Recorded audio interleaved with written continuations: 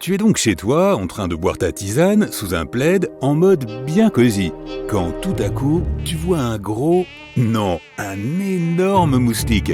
Ses pattes longues et traînantes font la taille de la paume de ta main, et il se heurte maladroitement à tous les obstacles qu'il rencontre. Malgré son apparence maladroite, il reste super flippant. Et s'il était porteur de la malaria ? Et s'il te dévorait vivant pendant ton sommeil ? Lentement, pour ne pas attirer l'attention du monstre sur toi, tu glisses hors de ton fauteuil et cours vers la salle de bain. Tu t'y enfermes et tu ouvres Internet sur ton portable. Quelques secondes plus tard, tu pousses un soupir de soulagement. Il s'avère que c'est juste un cousin, ou araignée d'eau, pas du tout un moustique. Elle peut ressembler à une bête féroce, mais elle est en fait pacifique et même sans défense. Beaucoup d'araignées d'eau n'ont même pas de bouche, alors elles ne mangent pas du tout. Et celles qui ont une bouche ne mangent que du nectar de fleurs sucrées. Les araignées d'eau sont vraiment maladroites dans les airs. Leurs ailes plutôt courtes ne font pas le poids face à leur corps énorme et à leurs longues pattes. Alors, elles sont lentes et il est facile de les attraper. Les oiseaux et les grenouilles, ainsi que les chauves-souris et les chats, les adorent comme une friandise. Leur seule façon d'éviter d'être mangés est de perdre un membre. Leurs pattes se cassent facilement, même si rien ne les touche. Et si tu n'es toujours pas convaincu de ne pas t'empresser de mettre le feu à ta maison quand tu en vois une, considère ceci. Les araignées d'eau peuvent te dire si l'eau de la piscine dans laquelle tu vas te baigner est de bonne qualité. Si tu vois ces insectes au-dessus de l'eau, tu peux y aller. De plus, les pêcheurs font souvent ressembler leurs appâts à des larves d'araignées d'eau. Cela les rend plus appétissants pour les poissons. Mais en cherchant sur Google, on se retrouve vite absorbé dans la lecture d'articles sur des insectes bizarres et assez dingues. Par exemple, voici le Catacanthus, aussi appelé punaise puante à visage humain en anglais. Non, elles ne puent pas vraiment, du moins pour les humains. Elles émettent des phéromones qui attirent d'autres punaises, leur faisant savoir qu'il y a de la nourriture à proximité. Sa caractéristique la plus particulière réside dans son nom. Une punaise à visage humain a un visage sur le dos, avec 3 points noirs dessinés sur le rouge. La couleur vive de son dos avertit les prédateurs que la punaise n'est pas vraiment savoureuse, voire peut-être même venimeuse, tandis que les yeux noirs attirent leur attention sur la tête vulnérable. L'Acaria stimulea, appelée chenille à sel en anglais, porte bien son nom aussi. Elle ressemble à une créature d'une autre planète avec une selle vert vif sur le dos. Et la selle est, malheureusement, la seule partie de la bestiole à laquelle on peut toucher en toute sécurité. Les épines que l'on voit sur tout le reste de son corps sont pointues et très venimeuses. Si tu veux lui donner une tape amicale sur le dos, assure-toi de ne toucher à rien d'autre. Maintenant, voilà un scarabée titan. Voici le plus grand coléoptère du monde. Il peut atteindre la longueur de ta main, paume et doigt compris. En voir un dans la nature peut être une expérience choquante, surtout s'il te fonce droit dans la figure. Mais ne t'inquiète pas. Heureusement, ce géant est placide et ne mord pas si tu ne lui veux pas de mal. Mais si tu le provoques, ne laisse jamais ses mandibules te toucher. L'insecte sifflera et mordra avec suffisamment de force pour fendre un crayon en deux. Ce qui est intéressant, c'est qu'un scarabée adulte ne se nourrit pas du tout. Il n'a pas besoin de nourriture pour survivre. En tant que larve, il reçoit suffisamment d'énergie pour assurer sa subsistance, même lorsqu'il est adulte. J'aimerais bien avoir cette capacité. Un insecte encore plus menaçant est un veta géant. Résidant en Nouvelle-Zélande, ces créatures ressemblant à des grillons donnent l'impression que quelqu'un a oublié de fermer le portail vers l'enfer. Un corps massif et costaud, avec 6 pattes épineuses, de longues antennes d'apparence extraterrestre et de grosses mandibules qui pourraient facilement couper de l'acier. Eh bien, en fait, ces insectes géants sont assez pacifiques et ne mordent pas à moins d'être provoqués. Et même s'ils le font, ce n'est pas aussi grave que tu pourrais le penser. Il y a des vidéos avec des vétas qui mordent les mains de personnes qui les tiennent et ne font aucun mal. Ne te laisse donc pas effrayer, même si un tel insecte peut peser plus lourd qu'un moineau. Les atlas ont l'air d'avoir 3 têtes, dont 2 de serpents. Ces jolis papillons nocturnes ont des formes étranges à l'extrémité de leurs ailes, qui ressemblent à des têtes de serpent. Cela semble être leur mode de défense contre les prédateurs. C'est aussi pour cette raison qu'on les appelle parfois les papillons cobras. En Asie du Sud-Est et en Inde, où ils habitent normalement, les papillons atlas se retrouvent souvent dans les fermes à papillons, produisant de la soie. Et ça, c'est un spectacle impressionnant. L'envergure des ailes d'un de ces papillons peut atteindre 25 cm. C'est plus grand que ta main. Les araignées pans sont peut-être les arachnides les plus mignons du monde, après leurs cousins sauteurs. Elles sont si petites que tu ne remarquerais même pas qu'une araignée se faufile dans ta cuisine. Mais si toutefois tu as l'occasion de les regarder de plus près, fais-le. Les araignées pans sont magnifiques. Elles ont de grands yeux semblables à des perles, un manteau bleu et rouge brillant et un adorable duvet sur le corps et les pattes. Et leur danse de parade nuptiale, c'est quelque chose. Dommage qu'elles ne vivent qu'en Australie. Un autre papillon sur la liste, le morosphinx. Tu te souviens de l'Atlas et à quel point il était énorme? Eh bien, celui-ci est aussi grand qu'un colibri et ressemble beaucoup plus à son homonyme que cela. La vitesse à laquelle il bat des ailes, sa longue langue pour boire le nectar des fleurs et même le bruit qu'il fait en volant, tout cela t'amène à te demander si c'est vraiment un papillon après tout. Bien sûr, cette créature est absolument inoffensive et tu devrais t'estimer chanceux si jamais tu en vois une.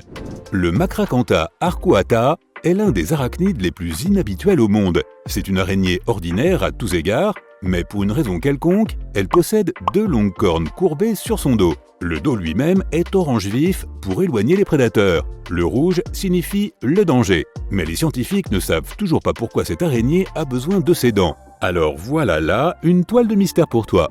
Le doux bruissement des feuilles en dessous, un tas d'entre elles qui bougent légèrement et une grande corne puissante apparaît. C'est un dynaste Hercule, l'un des plus gros coléoptères de la planète. Plus de la moitié de sa taille provient de cette corne sur sa tête. Grâce à ce merveilleux appendice, tu sais exactement que c'est un mâle. Les scorpions sont de petites créatures intéressantes. 6 pattes, 2 griffes et un puissant dard. Et si les humains avaient aussi des exosquelettes pour se protéger? Un exosquelette est principalement composé de chitine, une matière complexe que l'on trouve chez les insectes et les reptiles. Grâce à leurs exosquelettes, ces minuscules créatures peuvent se défendre et accomplir des actes d'une force surhumaine. Si tu portais un exosquelette de scorpion, tu pourrais escalader n'importe quel bâtiment. Avec des griffes massives à l'avant, il serait facile de t'accrocher à des objets et même de les découper. Mais il pourrait être beaucoup plus difficile d'ouvrir un sachet de chips. Et la nuit, tu aurais des problèmes à cause des rayons UV. Ils ne te blesseraient pas, ne te transperceraient pas ou quoi que ce soit de ce genre, mais tu brillerais certainement dans le noir. Ce n'est pas vraiment l'idéal pour se faufiler sur quelqu'un. La queue d'un scorpion est venimeuse et provoque une méchante piqûre. Tu pourrais l'utiliser pour piquer n'importe qui sur ton chemin, et elle est assez longue pour que tu puisses te défendre à distance. Les scorpions vivent partout dans le monde, dans des environnements parmi les plus rudes, des paysages glacés au désert brûlant. S'il gèle, un scorpion peut même se dégeler sous le soleil. La créature suivante a également 2 griffes et 6 pattes, mais elle n'a pas de dard. C'est le puissant crabe. Sa carapace est beaucoup plus solide que celle d'un scorpion et il est étonnamment rapide. L'inconvénient, c'est que tu ne pourrais marcher que de travers, et tu serais un mets très recherché par les humains. Il existe près de 5000 espèces de crabes dans le monde, chacune ayant des compétences particulières. Dans un costume de crabe, tu serais certainement un maître de la fouille. Bien sûr, tu le ferais de côté, mais ses pattes et ses pinces font du très bon travail. S'il y avait des costumes inspirés des crabes, ils seraient probablement faits pour creuser. Tu pourrais même travailler sous l'eau. Les humains en costume de fourmis excelleraient sur n'importe quel chantier de construction. Les fourmis vivent en colonie dans la plupart des régions du monde et dépendent de la force du nombre. Mais cela ne veut pas dire que chaque petite fourmi prise séparément soit faible, bien au contraire. En fait, il existe déjà des combinaisons exosquelettes pour aider les humains à soulever de lourdes charges. Mais utiliser la force réelle d'une fourmi changerait la donne. Une fourmi peut soulever environ 1000 fois son propre poids. En groupe, elles peuvent traîner un oiseau à travers un champ sans verser une goutte de sueur. Ce qui est encore plus fou, c'est qu'elles peuvent porter des charges en grimpant sur un mur vertical ou même à l'envers. Imagine un groupe d'humains traînant un avion de chasse sur la façade de l'Empire State Building. Il n'y aurait plus besoin de bulldozers ou de grues. Il suffirait d'enfiler un costume de fourmi. Les bâtiments pourraient être inspirés de ces immenses colonies de fourmis souterraines. Les fourmis sont étonnantes pour faire des tunnels. Imagine que tu portes un costume qui te permet de voler dans les airs, comme un vaisseau furtif. Un costume de frelon ferait l'affaire. Ils ont un exosquelette à la fois solide, étonnamment léger et facile à manœuvrer. Imagine une flotte de puissants acrobates volants, sans oublier le puissant dard. La plupart des gens pensent que les frelons sont des nuisibles, mais ce n'est pas le cas. Ils font beaucoup de bien à l'écosystème, en dévorant ces satanés moustiques par exemple. Avoir un costume de frelon serait essentiel pour tout travail d'infiltration, mais pas tellement pour le travail de bureau. Le tatou utilise de la kératine pour élaborer son costume. Tu sais, la matière dont sont faits tes cheveux et tes ongles. Ce qui le rend unique, c'est qu'il est à la fois flexible et durable. Il est composé de plaques hexagonales qui lui recouvrent tout le dos. Quand un danger se présente, il peut se transformer en boule. Les scientifiques étudient comment fabriquer du verre flexible et durable, tout comme les plaques du corps du tatou. Les humains ne seraient pas protégés à 100% avec ce truc, mais ils seraient capables de résister à presque tout. Tu pourrais sauter d'un avion sans parachute, atterrir sur un toit, rouler par-dessus le bord et atterrir en toute sécurité sur le toit d'une voiture tout en étant poursuivi par des hélicoptères piégés. On s'emballe un peu là. Le fait d'être l'un des animaux les plus lents de la Terre a un avantage. Tu as une lourde carapace sur toi 24 heures sur 24 pour te protéger. Tout comme les tatous, les carapaces de tortues sont faites de kératine. Et ces dernières grandissent en même temps que leurs propriétaires. Les crabes et autres animaux à carapace doivent sans cesse remplacer la leur à mesure qu'ils grandissent. Les humains seraient presque invincibles s'ils portaient des costumes de tortues, mais ils seraient incroyablement lents et attireraient beaucoup l'attention. Toutefois, si un danger se présentait, tu pourrais te cacher dans ta carapace et attendre que ça se passe. Il serait plutôt agréable de sautiller d'un endroit à l'autre, mais qu'en serait-il de pouvoir voler ? Les sauterelles peuvent faire les deux.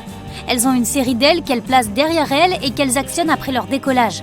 Oh, il y en a de toutes les formes et de toutes les couleurs, parfaites pour le camouflage. Une sauterelle peut sauter à environ 25 cm de haut et sur 90 cm de long, et ce grâce à ses pattes arrière. En fait, les sauterelles se catapultent quand elles se sentent menacées ou quand elles voient quelque chose de délicieux. Si tu avais un costume de sauterelle, tu serais capable de sauter tout un terrain de football en une seule fois. Adieu les embouteillages! Elle n'a peut-être pas l'armure la plus puissante, mais avec ses compétences de saut et d'atterrissage, faire tes courses du week-end serait un jeu d'enfant. Ou tu pourrais être le livreur de pizza le plus cool du monde. Imagine les pourboires. Le plus grand animal de cette liste n'a pas vraiment d'exosquelette, mais il a une peau très épaisse. Cette bête massive est l'un des mammifères les plus puissants de la Terre et elle est dotée d'une solide corne près du nez pour la protéger. Tu as une idée ? Il peut paraître effrayant, mais le rhinocéros est un herbivore, donc il ne risque pas de te manger. Toutefois, les rhinocéros attaquent quand ils se sentent menacés ou provoqués, alors garde tes distances. Leur peau épaisse les fait ressembler à des tanks et elle les garde bien au chaud. Avec ton costume de rhino, tu aurais un avantage monstrueux sur l'être humain lambda. La combinaison en peau épaisse serait vraiment utile pour les conditions climatiques extrêmes, qu'il fasse froid ou chaud. Et une corne sur le dessus de ta tête enverrait un avertissement assez clair, qui fonctionnerait sans doute mieux que le klaxon. Pauvre Pierre, il a si peur des insectes que son vœu le plus cher serait de trouver un endroit sur Terre où il n'aurait pas affaire à eux. Après des années de recherche et de voyage, il trouve enfin l'endroit idéal, l'Antarctique. Pierre y déménage, convaincu que les insectes ne survivent pas avec le froid. Ah, il ne savait pas que les insectes vivent sur chaque continent de cette planète. Bon, pas tout à fait. Il avait raison en ce qui concerne l'Antarctique. Il n'y a pas beaucoup d'insectes là-bas. En réalité, il n'y a qu'une seule espèce d'insecte qui y habite. Il s'agit d'un moucheron sans ailes appelé le Belgica antarctica. C'est un tout petit insecte, mais il s'agit du plus gros insecte terrestre de l'Antarctique. Ok, on a compris qu'il n'existe aucun endroit sur Terre sans insectes. Bon, ce n'est pas complètement vrai non plus. Tu devras apprendre à nager par contre, car le seul endroit sur Terre qui n'est pas habité par les insectes est la surface couverte par l'océan. Mais pourquoi est-ce que les insectes évitent autant cette zone ? Personne n'a su trouver d'explication. Mais ça peut être dû au manque de végétation dans l'océan. En effet, les insectes ont besoin de plantes pour se nourrir et pour s'abriter. Les insectes sont présents partout et ils ont des oreilles partout. Ils pourraient créer le réseau d'espionnage le plus performant du monde. Leurs oreilles ne sont cependant pas toujours sur leur tête. Certains insectes ont des oreilles sur les ailes, certains sur les pattes, d'autres sur l'abdomen ou même au niveau du cou. La plupart des insectes vivent une vie très solitaire, mais certains d'entre eux ont des familles. Comme les passales par exemple. Ils créent des structures familiales où les deux parents élèvent leurs enfants. Ils ont aussi un vocabulaire bien à eux et ils communiquent par gémissement. Si un insecte tombe d'une certaine hauteur, est-ce qu'il se fait mal ? C'est un peu plus complexe que ça, mais prenons les fourmis comme exemple. Elles ne se font aucun mal en tombant car elles sont extrêmement petites. De nombreux insectes peuvent techniquement tomber de très haut sans se faire aucun mal. Il faut beaucoup de notions de maths et de physique que les insectes eux-mêmes n'ont pas le temps d'étudier pour expliquer tout cela. Pour simplifier, ils sont si légers qu'il n'y a aucun impact avec la surface sur laquelle ils tombent. En tombant, ils n'accumulent pas de vitesse. Ils ralentissent. La taille d'une fourmi, assez importante par rapport au poids, crée beaucoup de friction dans l'air. Et la fourmi finit donc par ralentir en fin de chute. En parlant de fourmis, j'en parlais déjà, non ? Il en existe en moyenne 1 billiard sur Terre. Ça fait environ 1,4 million de fourmis par humain, pour une population de 7,3 milliards d'habitants. Si on calcule ça comme ça, c'est plus leur planète que la nôtre, non? Difficile d'imaginer une mouche des fruits avec un casque d'astronaute. Mais il s'agit bien des premières créatures vivantes envoyées dans l'espace. En 1947, ces moucherons ont dit au revoir à la Terre et ils ont été envoyés vers l'espace dans une fusée V2 qui a atteint une altitude de 110 km en moins de 200 secondes. Ils sont retombés sur Terre avec un parachute. Tous les insectes ne sont pas si chanceux. Par exemple, les chenilles ont 12 yeux, mais sont presque complètement aveugles. Leurs petits yeux ne distinguent que la lumière et l'obscurité. Elles n'ont pas une image précise de ce qui se trouve face à elles. Et non, des lunettes ne feraient aucune différence, malheureusement. Certains insectes sont très actifs, disons, sentimentalement.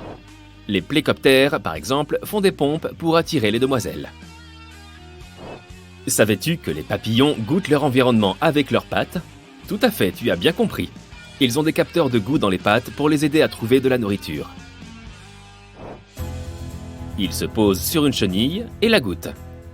S'ils comprennent que c'est une plante que leurs chenilles peuvent manger, ils y déposent leurs œufs. Mais comment mangent-ils, puisqu'ils ne peuvent ni croquer ni mâcher? Ils utilisent leur longue langue, qui ressemble plus à un tube, appelé proboscis. En gros, c'est une sorte de paille qui aide les papillons à avaler les liquides comme le nectar, par exemple.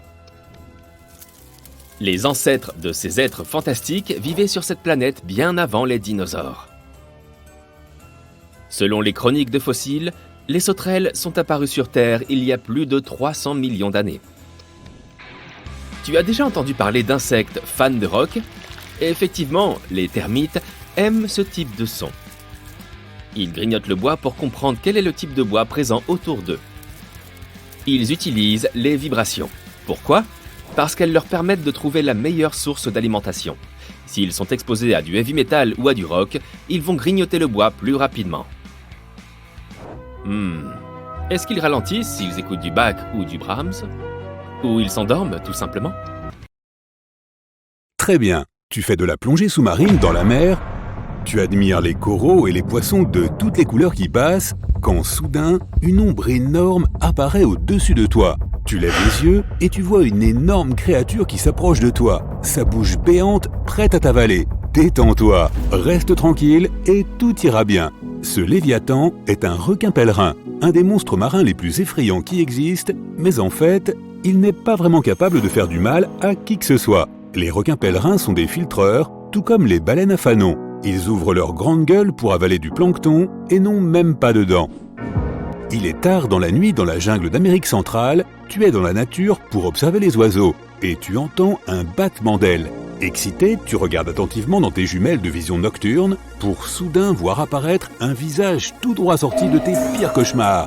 Ne crie pas, tu vas l'effrayer. C'est une chauve-souris toute ridée qui est parfaitement inoffensive et qui ne s'intéresse pas à toi. Ce sont des chauves-souris frugivores et les rides sur leur visage leur permettent de recueillir les morceaux de fruits et du jus pour manger plus tard. D'ailleurs, leur nom latin, Centurio senex, leur a été donné à cause de leur ressemblance avec des humains centenaires. Tu te promènes dans un parc national népalais et décides de te laver le visage dans une rivière. Mais soudain, tu restes figé de terreur. Un crocodile te regarde droit dans les yeux à quelques mètres de distance. Puis il lève son museau au-dessus de l'eau et tu respires à nouveau soulagé. C'est un gavial du Gange. Ces reptiles ont un museau long et étroit qui leur permet de capturer efficacement des poissons tout en leur interdisant de chasser toute autre proie. Bien qu'ils soient encore carnivores, les gavials sont assez timides et s'éloignent rapidement à la vue des humains. À l'heure actuelle, il n'y a pas plus d'1 millier de ces crocodiliens dans le monde entier. Alors laisse tomber, surtout s'il s'agit d'une fille gaviale. Ah ah ah. Tu creuses dans ton jardin et tu remarques que quelque chose bouge sur ta pelle. Tu regardes de plus près et tu laisses tomber l'outil avec horreur. Une petite créature qui ressemble à un méchant extraterrestre se précipite dans un terrier dans le sol. Ne t'inquiète pas, ce n'est qu'un condylure étoilé. Ces créatures ont un museau particulier qui semble avoir explosé de l'intérieur. Leurs yeux sont petits et peu efficaces, donc cette espèce d'étoile sur leur nez les aide beaucoup à se déplacer et à chercher de la nourriture. Elle est toujours en mouvement, en train de toucher tout ce qu'elle peut atteindre avec ses tentacules, comme si c'était de minuscules doigts. Oh, tu te baignes à nouveau dans l'océan ? Eh bien, regarde sur ta droite. Il y a un vrai requin avec des dents qui foncent droit sur toi. Non, ne panique pas, c'est juste un requin-taureau. Et il n'a rien d'un taureau. C'est un requin piscivore qui nage lentement dans les mers et chasse sa proie de temps en temps. On n'a jamais rapporté d'attaque sur les humains, mais il a toujours des rangées de dents pointues, alors n'essaie pas de le toucher au cas où. Il peut sembler tranquille, mais tu ne voudrais pas qu'il te grignote, n'est-ce pas ? Bon, de l'océan au désert, tu es en Australie et tu as envie d'un peu d'eau. Tu vois un endroit où tu peux peut-être en trouver. Alors tu commences à creuser dans le sol et tu tombes sur une créature venue des profondeurs de la terre, toute couverte d'épines. Elle te regarde avec suspicion et s'éloigne en glissant, car ce n'est qu'un diable cornu. Malgré son nom inquiétant, ce lézard est inoffensif pour l'homme. Les bosses en forme de cornes qu'il porte sur la peau servent à le protéger des prédateurs et des oiseaux de proie. Les épines sont dures, mais tant que tu ne les touches pas, tout va bien. Maintenant, si tu es arachnophobe, cela ne te servira pas à grand-chose, mais les frines, que tu peux rencontrer en Amérique du Nord et du Sud, ainsi qu'en Asie et en Afrique, ont plus peur de toi que toi d'elles. Dis-toi bien cela. Ces créatures cauchemardesques n'ont pas de dard et ne mordent même pas lorsqu'elles sont menacées. Le pire qu'elles puissent faire, et seulement si tu les accules, or pourquoi ferais-tu une chose pareille, est de te piquer avec leurs pattes avant, en laissant de minuscules marques de piqûres sur tes doigts. Beaucoup de gens les prennent carrément comme animaux de compagnie, car elles sont très affectueuses envers leurs propriétaires. Ouais. Si jamais tu tombes sur un terrier où il y a une créature chauve avec de grandes dents qui te regardent, ne t'en fais pas et laisse-la tranquille. Les rataupes nus sont les chats sphinx parmi les rongeurs. Ce sont des parents proches des rataupes, mais bon, ils sont nus, et ils sont fascinants en eux-mêmes. Comme ils vivent presque complètement sous terre, ils ont quasiment le sang-froid, mais peuvent vivre à n'importe quelle température extérieure. Et leur peau ridée et flasque ne ressent aucune douleur, de sorte que les dents pointues des autres ne font pas peur aux rataupes nus. Tu es une fois de plus perdu dans la jungle, cette fois-ci à Madagascar. Pauvre de toi, décidément. La nuit est tombée et tu cherches un abri. Mais quand tu penses avoir trouvé un arbre approprié pour construire un refuge, tu restes figé de terreur. Une main noire avec de longs doigts apparaît sur une branche de l'arbre juste au-dessus de toi, avec deux énormes yeux jaunes qui te fixent.